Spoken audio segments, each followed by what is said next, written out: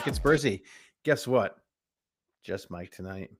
Steve is off refing some games and jet setting. Well, I don't know, jet setting. Going down to um, Baltimore, Maryland, I believe, where he's going to hopefully watch the upcoming match with some like-minded individuals down at Baltimore Spurs. Um, or maybe not. Who knows?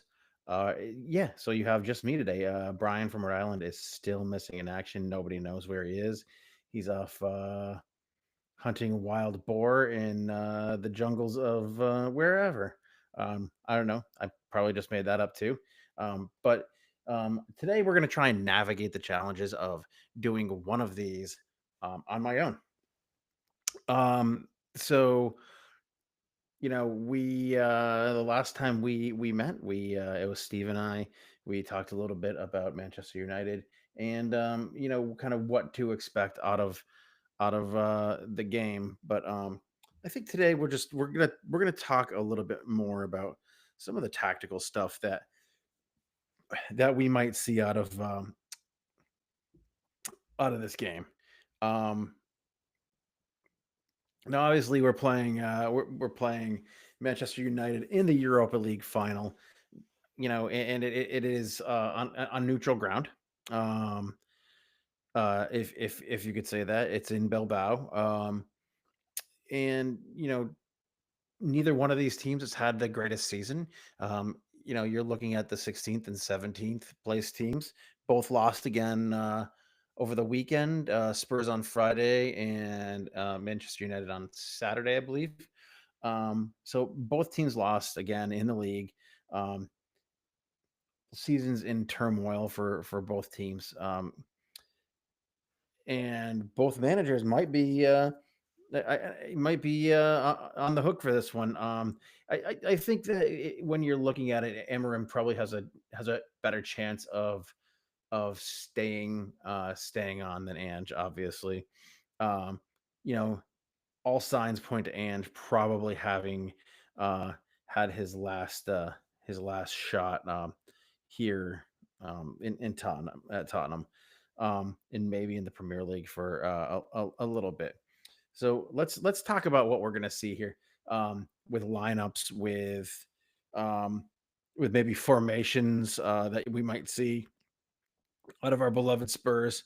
Um, so I mean, lineups. Obviously, we have some injuries. You know, from Spurs. James Madison is out. Decky is out. We probably won't see Bergval. I know he's probably making some sort of um, effort to get back on the field. He's got an ankle injury.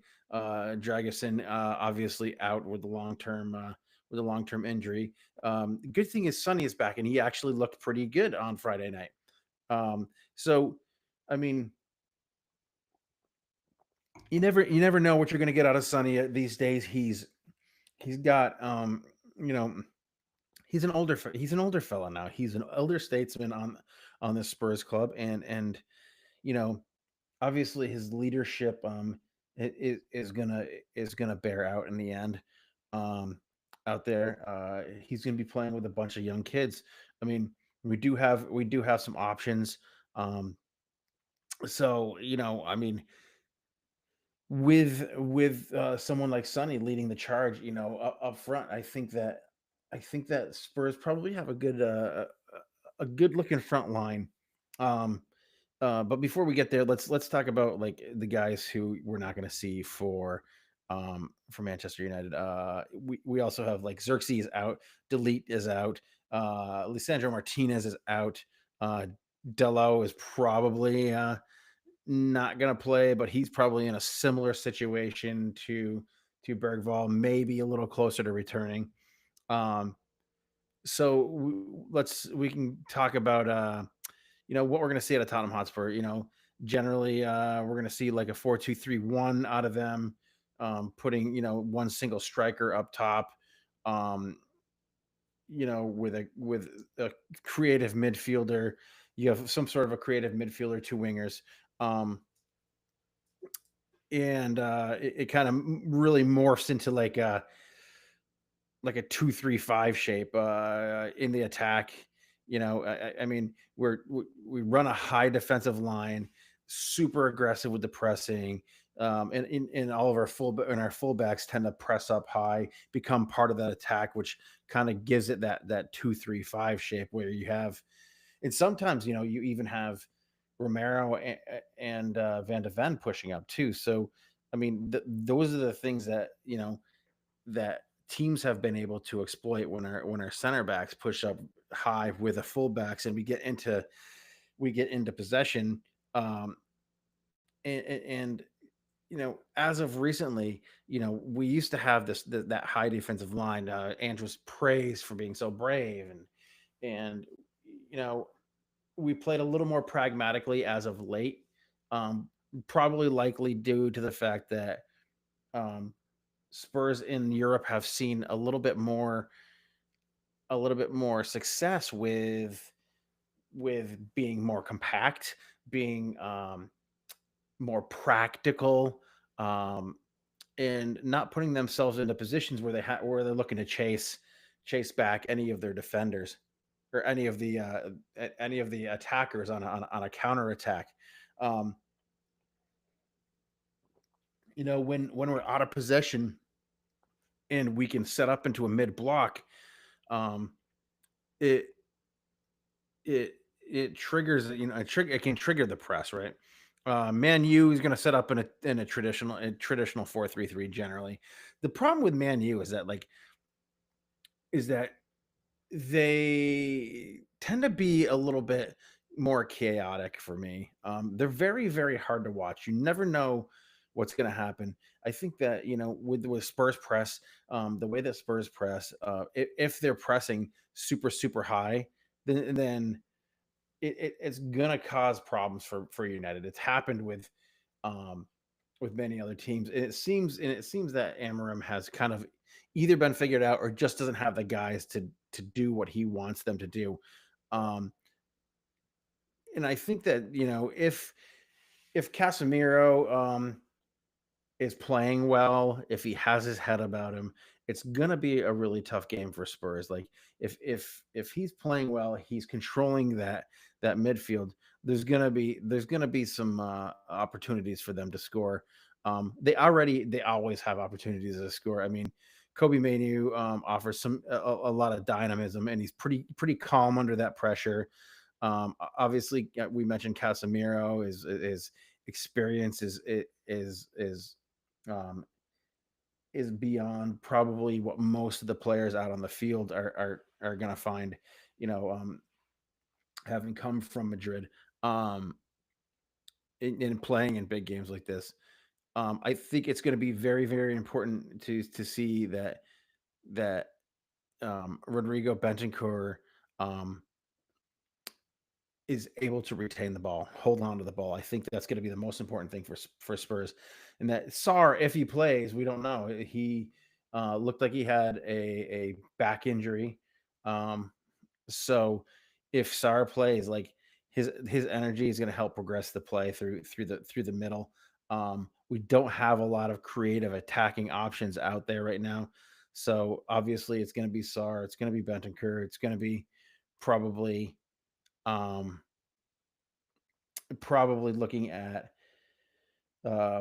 maybe Basuma. We don't know who's gonna drop into that midfield and be that presence that makes creation. It's been bandied about by numerous different podcasts about possibly dropping Odebear into a midfield position, maybe even seeing Sonny into a midfield position.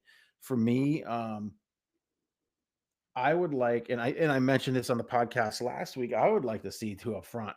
Um, you know, protect your midfield, protect your back four, stay compact, own the midfield by running like something like a 4-4-2, where you have, where you have Poro and Destiny on the outsides, and then you have your Romero, your Van de Ven in the middle. I mean, obviously that's going to be your back line to start. It doesn't seem to me that Ange really trusts anybody else in that back four. Um, then up front, you can use two strikers. You have two strikers, two very capable strikers. You have a big physical, tall presence guy who can head the ball and Richarlison. You have a pressing monster in Dominic Solanke, who is who is one of the best pressing strikers in the league. Um, and then you can use Sonny and you can use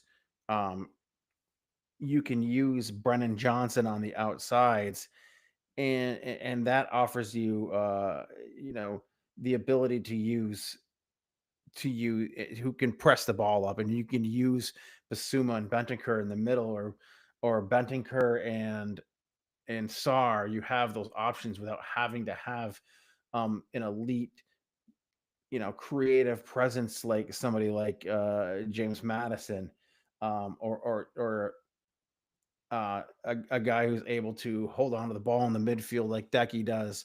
Um, so, you know, I think Sonny, having had a good game against Villa, he looked really good. He looked a little bit rusty at times, but he also he did have a little bit of freshness about him. I don't think Sonny's gonna have the opportunity to even think about taking a second off, and I don't think he will. I think that Sonny is going to have the opportunity to put his mark on this game and put his mark on Tottenham history, and he has the opportunity to do what not many before him have been able to do, which is absolutely win a trophy. Give me a second. I'm gonna take a sip of this. So, I mean, with all that, what are we looking at here? You know, Spurs obviously, like we said, I think they need to come out aggressively press um, from the get go, and if you run that 4-4-2, you have that opportunity to use those guys up front, to work them hard, um, to dominate and um, allow the United seems to be pretty um, they tend to progress the ball um, uh, really pretty terribly when pressed really high. When you're using like a mid press, obviously you're allowing them to get their get the ball out of the back and start progressing up the field. You don't want to give them that opportunity. You want to press them. You want to create mistakes. And United, they are capable of playing through the press, but they're typically very vulnerable when pressed high, especially with their ball playing defenders. That they have under like extreme pressure. And obviously guys like Harry Maguire come to mind. Maguire is one of these guys who panics really easily. Um, so let's move on and talk about like the fullbacks here. Poro and Adogi. I think if we're gonna run that typical Ange system, they're gonna be able to push high up. They're gonna Most of the season and most of Ange's tenure, those guys have inverted it to the inside, creating a situation where they're more like midfielders. Um, but that does leave us open defensively on counters. We've beaten them 3 times already this year, so that you know, coming in and showing them what we've shown them for the first 3 games is probably not the best way to play. I think that, um, like I said, if they play compact, if they're organized, if they are practical and pragmatic, then I think Spurs win the day. But you know, there is always that danger that you know you give space to somebody like Bruno Fernandez, and he is able to contribute in a creative fashion. You might have some trouble. Obviously, I think United probably has has the head up on set pieces, especially with our, some of our defensive failings in set pieces under Ange. Um, we have to be able to rely on a Van de Ven who doesn't jump very well. He's very tall. We have to rely on Romero to be dominant um, down there on the blocks. We have to make sure that Vicario doesn't lose his head and do something stupid. Um, but I think that obviously, I think Harry Maguire, what he doesn't do well is just defend, but what he does do well is he's actually pretty good in the air with this giant fucking slab head. Um, you know, I do expect that Spurs will play a little more pragmatic. That's the way they've been playing in Europe the entire time. And I think if you go out there and you throw a 4-4-2 or something like that at them, something that they're not necessarily ready for, that they probably won't practice for, Spurs have an opportunity. Um, and Spurs on their day when they're actually at their best is when they're quick with their ball movements. They're quick to get the ball forward. It looks slick. It looks beautiful. It looks nice. But so many times this season we just haven't seen that out of them, and lots of times we lose the ball in the midfield. We make stupid passes. We get picked apart in transitions. And if the ball is gets over the top, Spurs are going to find themselves in some real trouble. Uh, you know, and as far as the way that United is going to set up, Emery is kind of alternated between the compact defensive blocks and super fluid like attacking moves. Um, they will look to exploit the flanks. Um, obviously Spurs have been caught out on the wings this year. Um, they're obviously going to target any kind of space between on the backside of Pedro Porro, who's not the best defender. Um, but I think that Udogi can handle himself on his side. Um, he's a pretty good 1v1 defender. Hasn't really shown it this season, but he has been dealing with the injuries. In this game for me, I think the X factor is definitely Sonny. Um, he's fit again. He can play up front. He can play on the wings. He's not the best up front. I know Steve often talks about how we should take Sonny up front and put that in the bin and just leave it there forever. But I think Sonny's going to be the X factor in this game. Um, I think that Spurs are probably going to dominate possession early, even though we haven't held possession in any of our games recently. Um, I think it's going to be a really close game. I think we're going to dominate possession early.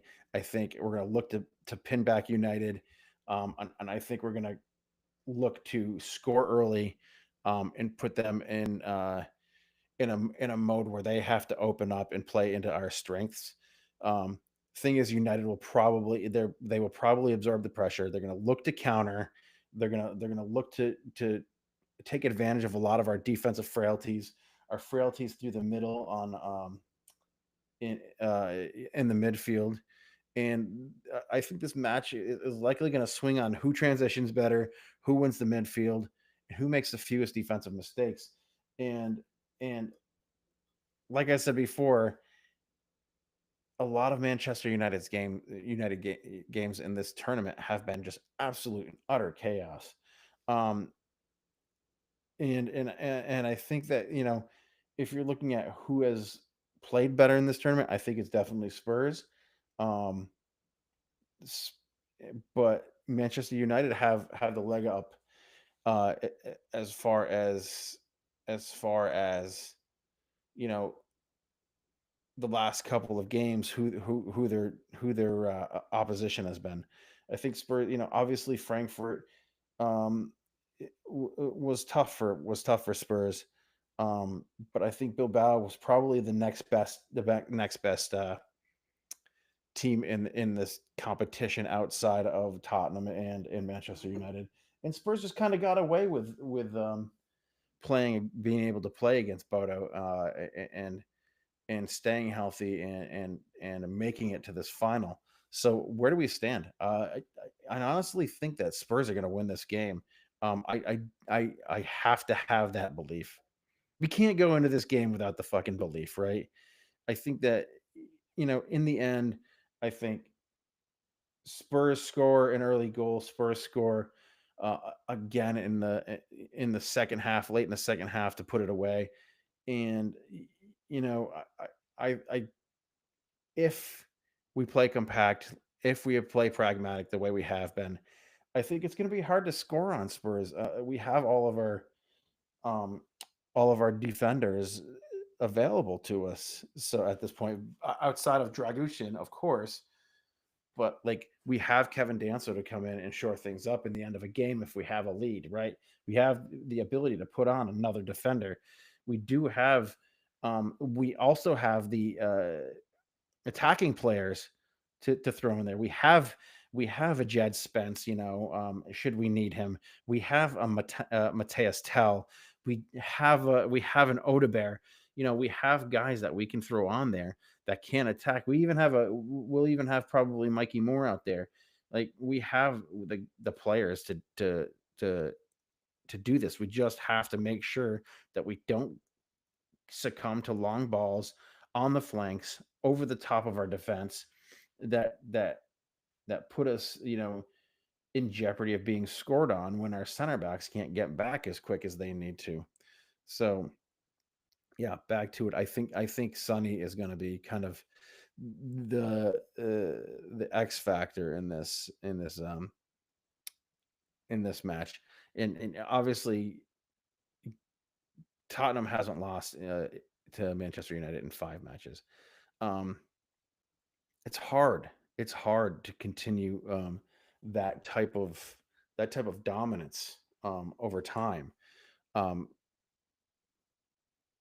that said, it comes out to who wants it more too. Is it Tottenham who wants it more? You know, it's that long-standing trophy drought, right?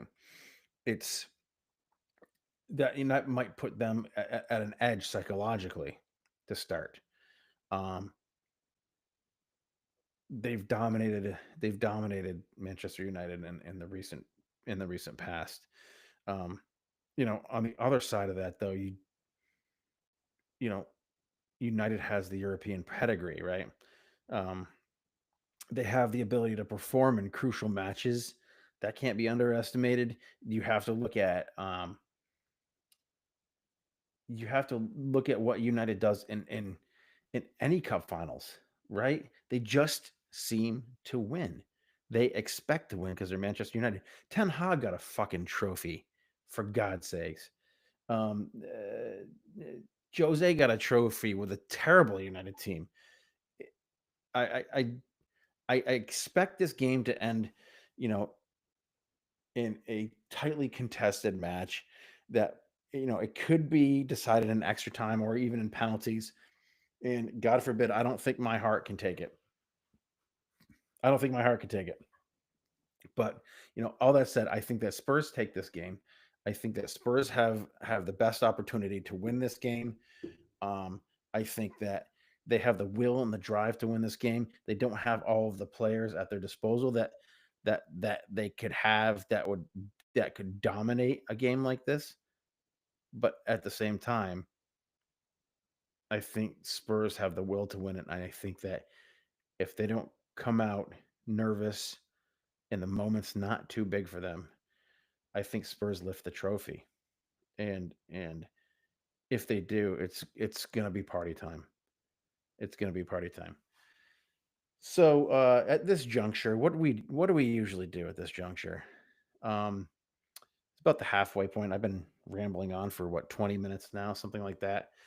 It's not really a halfway point. We usually do 30 minutes, and then we get into our favorite section, my favorite section. Um, I have been already drinking. Still working on that Eagle Park Brewing. This is the Rectifier. It's pretty good. Not a bad beer. But I do have a different beer, um, which I'm going to finish this and then we'll get into that other beer and we'll do a little bit of, hey, Mike, what am I drinking?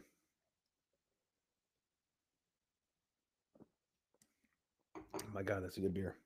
All right. So this weekend, my son was playing in the Vermont State tournament. Um, and unfortunately, the weather was crap. I mean, it was bad. We had some terrible, terrible thunderstorms on Saturday. His second match was canceled, and then they canceled for the rest of the weekend. So we were on our way to his second match of the day after a crushing loss in the first match, but they still had an opportunity. They already find themselves um, in a quarterfinal. Luckily, because other teams lost, so they find themselves in a quarterfinal because they didn't lose by as much as the other team. So anyway, we're on our way to a second match, and game got canceled. We said, you know what, fields are shitty. We don't even want to go there anyway. Why not go out to lunch? So we took a turn. We were right at the right spot to take a turn to go to Two Heroes Brewing. Now, Two Heroes Brewing is a brewery that is up in the Lake Champlain Islands. And if you don't know the geography of Vermont, geography of Vermont's kind of cool. We have on one side of us on the what I call the west coast of Vermont, um, a giant lake, Lake Champlain. It spans about half of the length of the state of Vermont, and it shares a border with New York State as well. Um, in Lake Champlain is known as the Little Great Lake. For a minute, it was one of the Great Lakes. So there are a set of islands that you can drive up through. You can go over the bridge and drive up through. And just beautiful, beautiful place. Lots of beautiful apple orchards, and it looks like prototypical Vermont, like you'd see in the movies. And you can even actually follow it all the way up through Alberg, and you can either cross over into New York State at the top, or you can go up into Canada. Oftentimes, that's what the route will take to get up into Canada, just because the border crossing is much easier, much nicer. There's usually nobody there; you don't have to wait. Um, but in South Hero, there's South Hero and there's North Hero. In South Hero, at the south end of the this chain of lakes, and I'll show you on there. That's what it looks like in the middle of Lake Champlain. Um, and this is this little star right here. That's where it is. Is Two Heroes Brewing. Um, and they set up next to Wally's Bagels, which is some of the best bagels you can have in Vermont. They're pretty goddamn good. Um, this I got an IPA there. We went and had some lunch. I had a great chicken sandwich. Lucas had a smash burger. My wife had a nice grain bowl because she's into that kind of shit. Um, but we had a beer apiece. Lucas had a nice ginger ale. He loves a ginger ale because he likes to burp. Um, but we got this beer. I got this beer. I was paying the bill, and I didn't see this on the beer list, but it was in the cooler, and it's called Bipartisan, which is something that we need a little bit of in our lives these days. Um, Bipartisan, Bipartisan, and that's an IPA right in the middle there. It's an American IPA. Comes in at 7% alcohol. 7%. It says this IPA is for everyone who loves hops. Everyone. It says it's for everyone. Um, Hopped with American grown Cashmere, Comet, Columbus, and Magnum. So we have four different kinds of hops in there. Uh, Three of the C's. There used to be seven C's. Now there's eight with the Cashmere. Uh, and probably nine then in the Comet. Um, doesn't really give us much more than that. Doesn't give us any tasting notes, what it should taste like, what it should look like. Um, I'm gonna pop it open. It's an American IPA, so I don't expect it to be hazy, like a New England style. I don't expect it to. to blow your face off with hops like a Vermont style. Let's open this up. Yeah, it smells piney, resinous, straight out of the can. Yep, like I said, it's just a probably a straight up American IPA.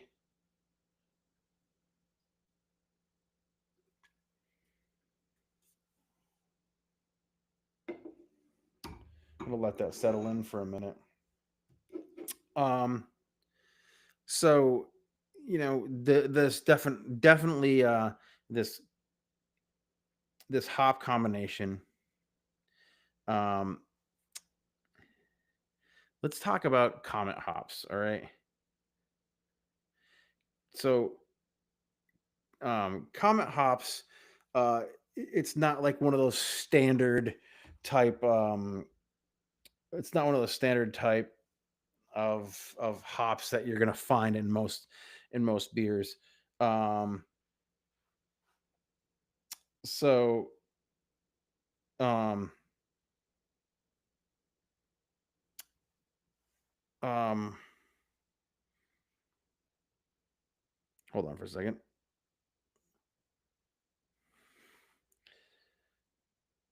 I'm just getting a lot of texts. I'm sorry. So they're not one of the standard hops that you're gonna find in a beer.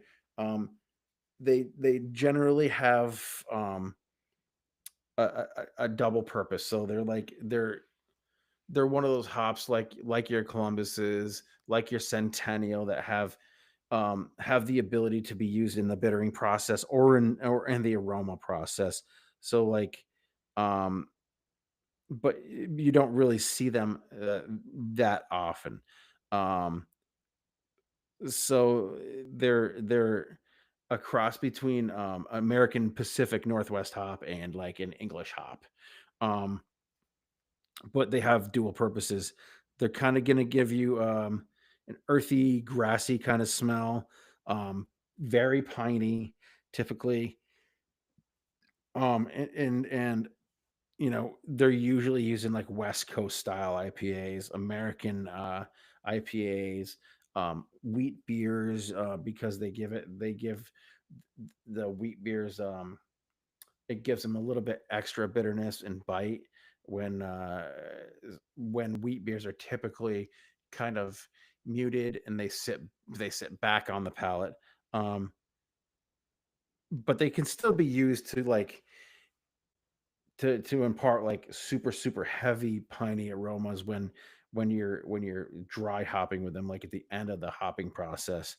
Um, and you don't typically see them with this combination of hops, but we'll see what happens. Um, one of the big beers that you see is Sierra Nevada Pale Ale uses Comet hops. So that was the beer that kind of started that hop revolution. So let's get into this beer. I'm very excited about it. It does. It has like a little bit of a. It's got a really heavy piney smell to it.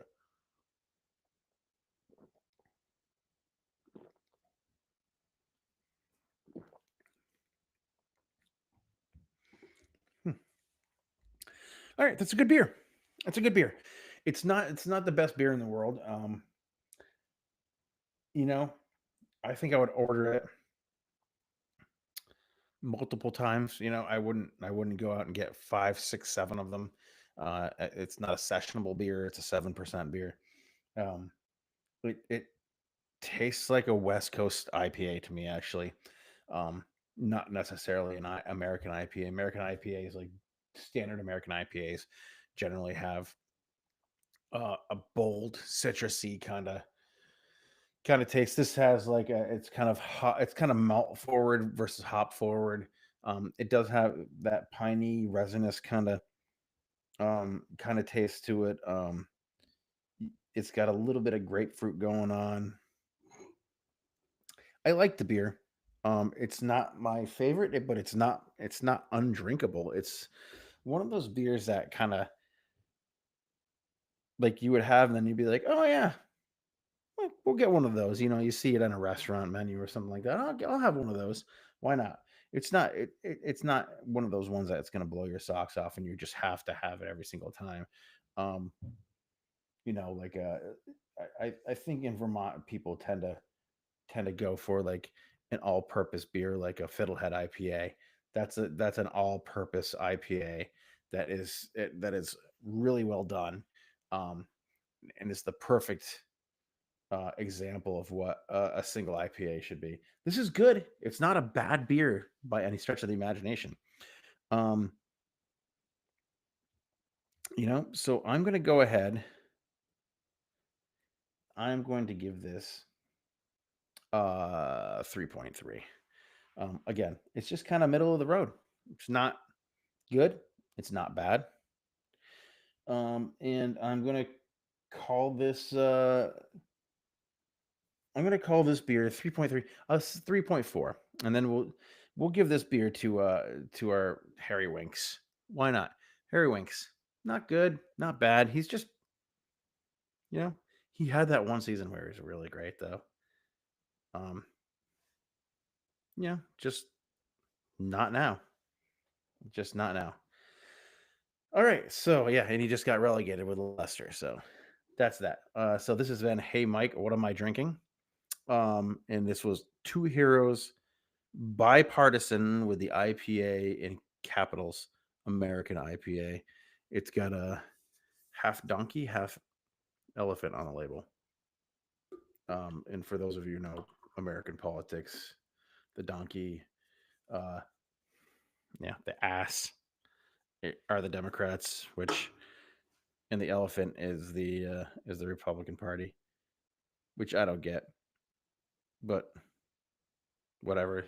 The Republicans right now are acting like a bunch of asses. So um, we're not going to go into the politics. That's a whole other podcast for a whole other time. And you know, I know we at Wicked Spursy Land tend to talk a little politics, and you guys know right where we stand. Um, and if you look behind me, my daughter made this for Pride Week years ago. This is our tribute to Pride and the history of Pride with Tottenham Hotspur. Um, so that being said, this has been Hey Mike, what you drinking with with Two Heroes Brewing bipartisan IPA. All right, moving on. So let's talk about something a little different. We don't need to talk about soccer anymore. Let's talk about fandom a little bit. Um, and rivalry, because we did discuss last week about how if Tottenham were to win this cup, even though they finished 17th, 16th, um, somewhere in that realm, they will have had a more successful season than their bitter rivals, Arsenal. So, in that, we,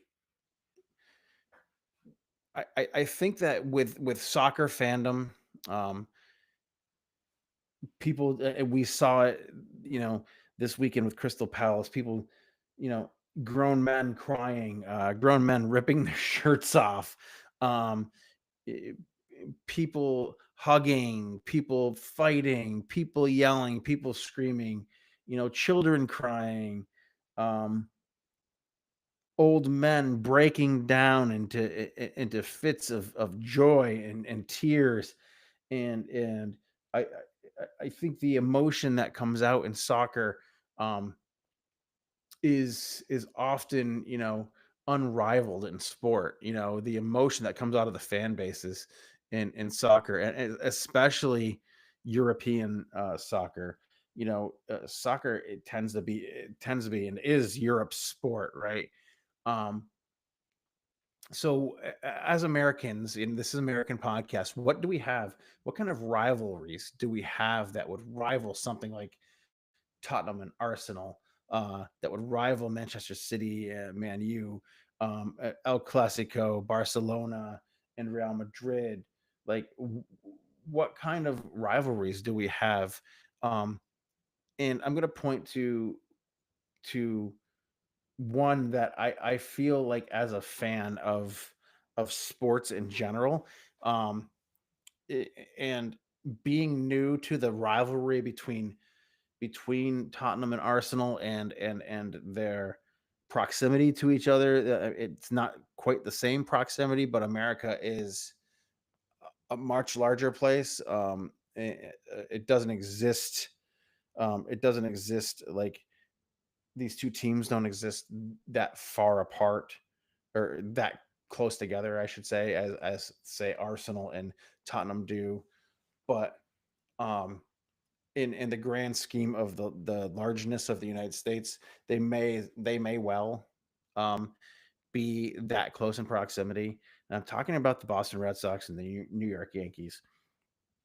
So growing up as a kid, um, my family were typically Red Sox fans. All Red Sox fans. And I'll get into a little bit of like my how my grew my fandom in Tottenham. Um, Along these lines of the Boston Red Sox and New York Yankees rivalry. Um, when I was a kid, um, my dad is a Yankee fan. My family generally, my dad's side of the family generally Red Sox fans. Um, my uncle's a Red Sox fan. My grandfather was a Red Sox fan. My grandmother Red Sox fan. Um, in that side of the family, they're all Red Sox fans. But in the 1960s, growing up, um, baseball was so popular in this country from the early 1900s all the way up through the 1980s and into the 1990s, really, until it started taking a downturn, and somewhere around the 70s, professional football and the NFL kind of took over, and the tables kind of turned a little bit. We had some dark times in the 70s. And it was brought back. Baseball came back in the 90s during the performance enhancing drug era, right? So, but when I was growing up, um, my dad never made me make choices like that, right? He allowed me to make my own choices. I was a Yankee fan. We used to watch the Yankees on WPIX, but I wasn't really a hardcore fan until that one day my uncle came to my house. He had been down to Fenway Park, came back with um, a little bank, and I'm gonna go get it for those of you who want to watch at home. But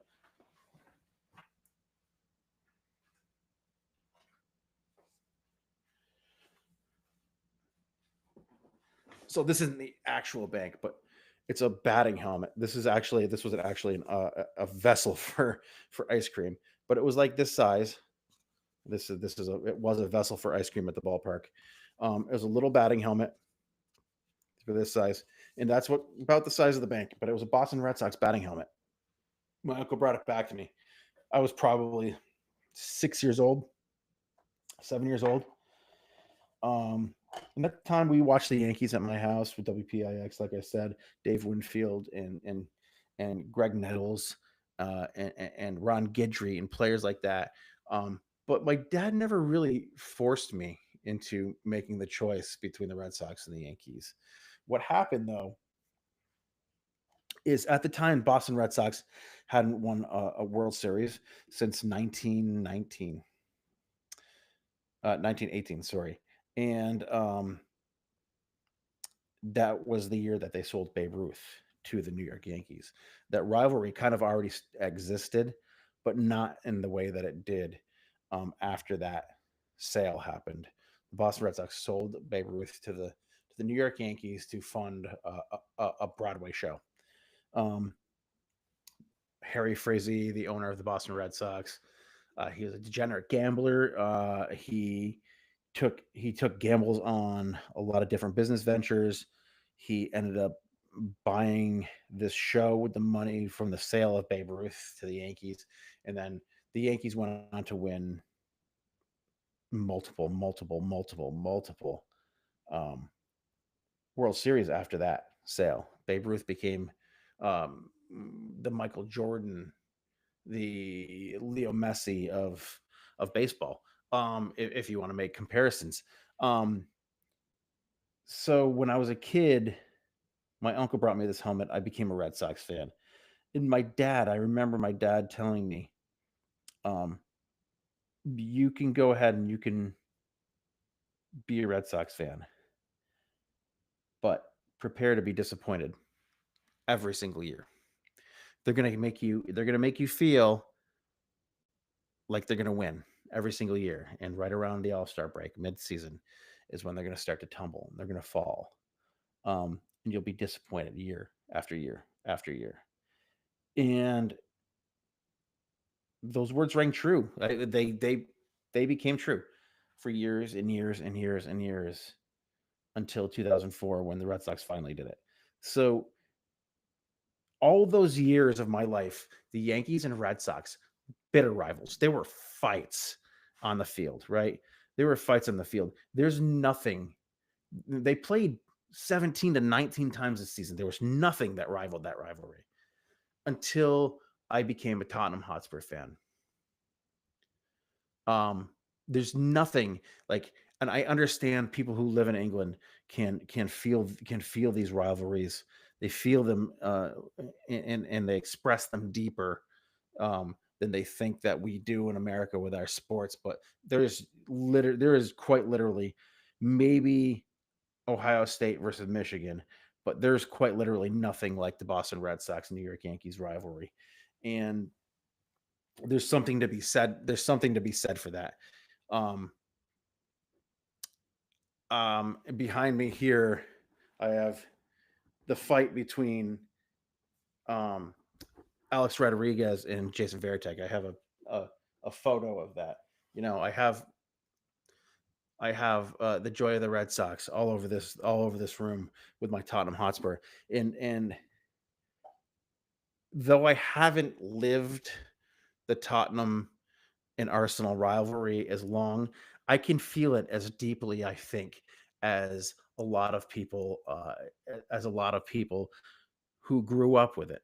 Um, because I had a similar upbringing with the Boston Red Sox and New York Yankees. I had a similar experience with the Boston Red Sox year after year after year of not winning it, and then finally it happened in 2004. Um, and I was a 28-year-old man at the time, um, and I cried. I cried. We won a trophy. We won the World Series. And I say we. I rarely say we, but like that team that year in 2004 felt like a we team. It felt like, and the players made you feel like you were part of that team. Every single game was heart-wrenching. Every single game was a dirty, just low down fight every single game, whether it was an actual fight, whether it was, all season long. And when my son at 2 and 3 years old had a ball at his feet, and I said, let's look at what soccer can bring us. He just had a ball at his feet. He was walking and running with the ball at his feet. At 2 and 3 years old, he got a pair of shin guards, and he wore them to school every single day. He wore them to bed. He wouldn't leave the house without his shin guards on. And he would pull his Red Sox socks up above the shin guards so he could look like a soccer player. We started watching soccer, and um, it was when NBC first got the Premier League, and we were able to watch the Premier League. And every single week, it just seemed like Tottenham Hotspur was on. This team, Tottenham Hotspur. Every single week, we turn it on in the morning, and there they were. And at the time, they had, the new hot coach. You know, they had the new hot um we had the new hot coach. We had the new young hot players. We had a young Harry Kane, who was coming into it. We had the sexy, silky Musa Dembele. Just it was a time, just a moment, a snapshot in time where I was able to find a team. And then I started looking, I said, this is probably our team. They're on every week. I might as well just hook onto this team. I just started doing the research. I'm like, holy shit, this team that never wins trophies is just like is just like our our very own Boston Red Sox here. They almost always never the lovable losers, the team that wore bright white uniforms, right? They wore those bright white uniforms, and I just kind of fell in love with the way that they played. Like it was beautiful. It was like poetry to watch. It was, what led into the pot years, right? And it just like it was so just poetic and beautiful to watch, but at the same time, it was a team that wasn't afraid to get dirty if they had to, right?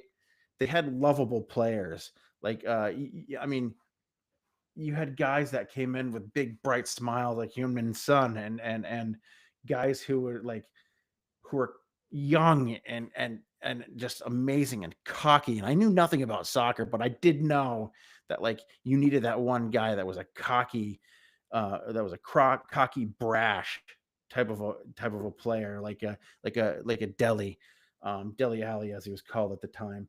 Um, you know, you had that dirt dog, that guy who just refused to have the ball taken off him, like like Musa Dembele, right? Um, you had shithousers like Eric Lamella, and I fell in love with this team. And it was fun to pick up and watch, and every once in a while, it was right around Liverpool was bought by the Boston Red Sox, and I was expected to hook on to Liverpool. I just couldn't do it. Like they show the games on Nesson every once in a while. I just couldn't do it. So um we were watching soccer one day, and we were watching Brazil, and my son noticed, I think he was probably 4 years old, noticed that there was a guy with his name on his back, Lucas, right? It was Lucas Moura's like first or second cap for Brazil. I think he only had a couple. And that was pretty cool. My son just glued to the television watching Lucas Moura play, and the beauty with the Brazilian um, national team. Watching them play, it was just pretty awesome. And then one day, there he is on our TV with our team, um, transferred over from PSG, and it was just, I think it was just meant to be at that time, and that team became our team, and they became our team like the Boston Red Sox were our team. Um, and just like many Tottenham fans who were born into being a Tottenham fan, you know, my son was born into being a Boston Red Sox fan. He doesn't have a choice in it. He didn't, uh, uh, you know, it didn't give him the choice that my father gave me. If that sounds familiar from any movies. So my son is suffering with the Boston Red Sox right now. I've seen the Boston Red Sox win 4 World Series in the past 20 years, and and I talk about this story, and I talk about my fandom, and the reason that I love Tottenham Hotspur is because they remind me of my Boston Red Sox, and my Boston Red Sox. Like every time I think of that 2004 World Series, I want to cry. Um, and the joy of having an absolutely dominant team. Like in 2007, you could that team was one of the best baseball teams that has ever existed. Um, and you could almost liken them to like, and I'll say it, the Invincibles, the Arsenal Invincibles, but never in my mind had I ever thought that I could ever be a Yankee fan. never in my mind have I ever thought that I could ever be an Arsenal fan. There's something about being an American and being able to deal with the rivalry that is Tottenham and Arsenal in a different kind of way, uh, that is the visceral way that English fans deal with that Arsenal and Tottenham rivalry. For me, I see Arsenal fans and I don't like them. I don't like them. I don't like it. It doesn't make me feel good. Um, the way they look, and I didn't really know much about that Arsenal rivalry when I first started watching Spurs and understanding the game of soccer, and understanding how tactics work and how youth setups work and how the game is built and how the open play system works in Europe versus the United States, where we have a closed athletic system. I just I think that when I look at Arsenal fans and the way that they behave, it angers me. It angers me. It angered me the way that their players all seem to think that they deserve something better. Same with Manchester United. They deserve something better because of who they are and because of the red shirts or the white sleeves, and the Yankees with their fucking stupid fucking pinstripes, and they refuse to have the City Connect jerseys to connect to their city because of the fucking Yankees, and they can't grow beards and they can't grow their hair and they can't express themselves because they're a business like the fucking New York Yankees. It makes me feel the same, and I get that same, like I said before, visceral feeling when I think about Arsenal and their fans. And there are a few good Arsenal fans out there. There are not during the soccer season, but there are a few good people out there who root for Arsenal. Um, there are a few good people. My dad being one, whom I love to death, but he made the wrong choice as a kid because as a kid, you rooted for in the '60s, '50s, and '60s. You rooted for your favorite ball player, the guy you got in the baseball card in your pack of cards, and he loved Mickey Mantle, and I won't fault him for that. Um, But the rivalries, for anybody to say, any English soccer fans, that Americans can't feel a soccer rivalry an ocean away, for any American to say that an English fan can't feel a baseball rivalry or a basketball or a football or American football rivalry an ocean away, um, because they don't have that connection to the game, is full of shit. And that's basically what this 30-minute diatribe was all about. So with that, I do just want to say that we are the Wicked Spursy podcast. I love and appreciate everybody who listens to us every week. The hundreds of downloaders. We're gonna say hundreds now.